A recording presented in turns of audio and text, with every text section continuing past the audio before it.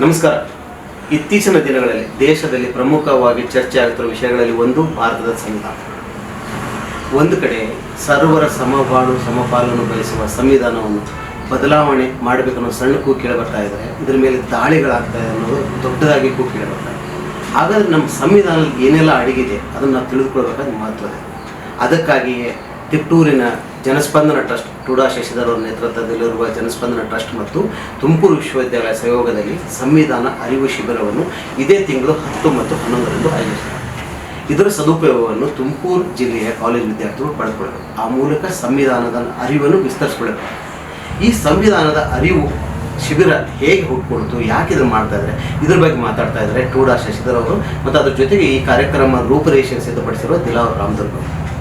ನಮಸ್ಕಾರ. ಸಂವಿಧಾನ ಅರಿವು ಈ ಕಾರ್ಯಕ್ರಮವನ್ನು ನಾವು ತುಮಕೂರು ಯೂನಿವರ್ಸಿಟಿಯ ಸಹಯೋಗದೊಂದಿಗೆ ಜನಸ್ಪಂದನ ಟ್ರಸ್ಟ್ ಮತ್ತು ತುಮಕೂರು ಯೂನಿವರ್ಸಿಟಿ ಎರಡೂ ಒಂದು ಕೊಲಾಬರೇಷನಲ್ಲಿ ಕಾರ್ಯಕ್ರಮವನ್ನು ಹಮ್ಮಿಕೊಳ್ಳಲಾಗಿದೆ. ಇದೇ ತಿಂಗಳ 10 ಮತ್ತು 11 ಅಂದರೆ ಶನಿವಾರ ಮತ್ತು ಭಾನುವಾರ ಈ 2 ದಿವಸಗಳ ಶಿಬಿರವನ್ನು ಹಮ್ಮಿಕೊಳ್ಳಲಾಗಿದೆ.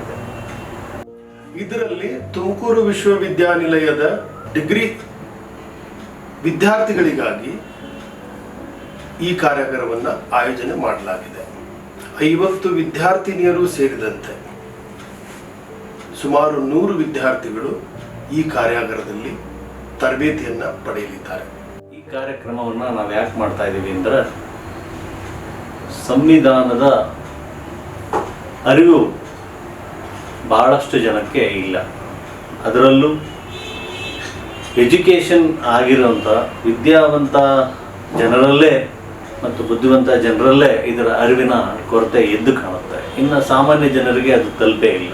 ಹಾಗಾಗಿ ಸಂವಿಧಾನದ ಒಳಗಡೆ ಏನು ಅಡಗಿದೆ, ಸಂವಿಧಾನದಿಂದ ನಮ್ಮ ಜೀವನಕ್ಕೆ ಹೇಗೆ ಉಪಯೋಗ ಮತ್ತು ಹೇಗೆ ಅದು ಅವಶ್ಯ ಅನ್ನೋದನ್ನು ಸಂವಿಧಾನ ಅರಿವು ಎನ್ನುವ ಕಾರ್ಯಕ್ರಮದ ಮೂಲಕ ಎಲ್ರಿಗೂ ತಿಳಿಸ್ಬೇಕು ಅನ್ನುವುದು ನಮ್ಮ ಟ್ರಸ್ಟು ಮತ್ತು ನಮ್ಮ ಜೊತೆಲಿರ್ತಕ್ಕಂಥ ಎಲ್ಲ ಸಮಾನ ಮನಸ್ಕರುಗಳ ಒಂದು ಅಭಿಪ್ರಾಯ.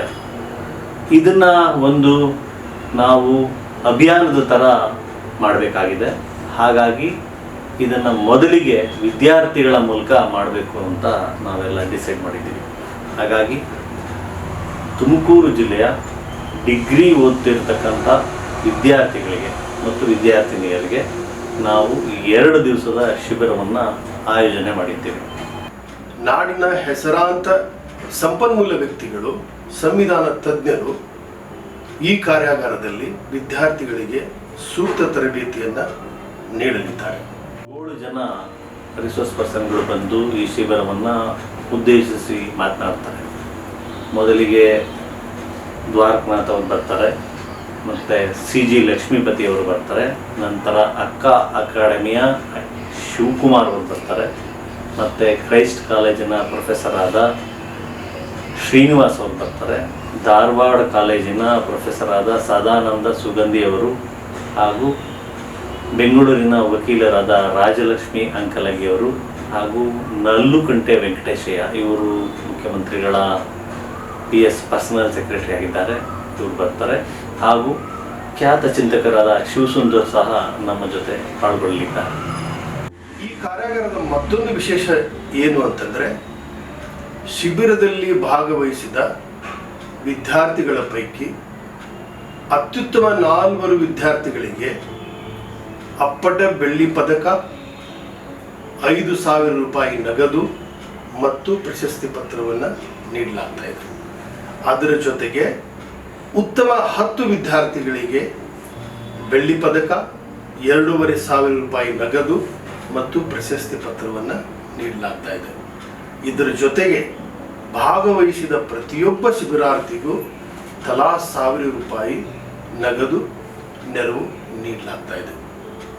ಇದಲ್ಲದೆ ತರಬೇತಿ ಪಡೆದ ನಂತರ ಆಯಾ ಕಾಲೇಜು ವಿದ್ಯಾರ್ಥಿಗಳು ತಮ್ಮ ಕಾಲೇಜಿನಲ್ಲಿ ತಮ್ಮ ಶಿಬಿರದಲ್ಲಿ ಕಲಿತಿರುವಂಥ ವಿಷಯದ ಮೇಲೆ ತಮ್ಮ ಅನುಭವವನ್ನು ಹಂಚಿಕೊಳ್ಳುವುದಾದರೆ, ಅದಕ್ಕೆ ಆಯಾ ಕಾಲೇಜುಗಳು ವೇದಿಕೆ ಒದಗಿಸುವುದಾದರೆ ಜನಸ್ಪಂದನ ಟ್ರಸ್ಟ್ ಅದಕ್ಕೂ ಕೂಡ ಪ್ರತಿ ಕಾಲೇಜಿಗೆ 2,000 ರೂಪಾಯಿ ನೆರವು ನೀಡುವಂಥ ಒಂದು ವಿಶಿಷ್ಟವಾದಂಥ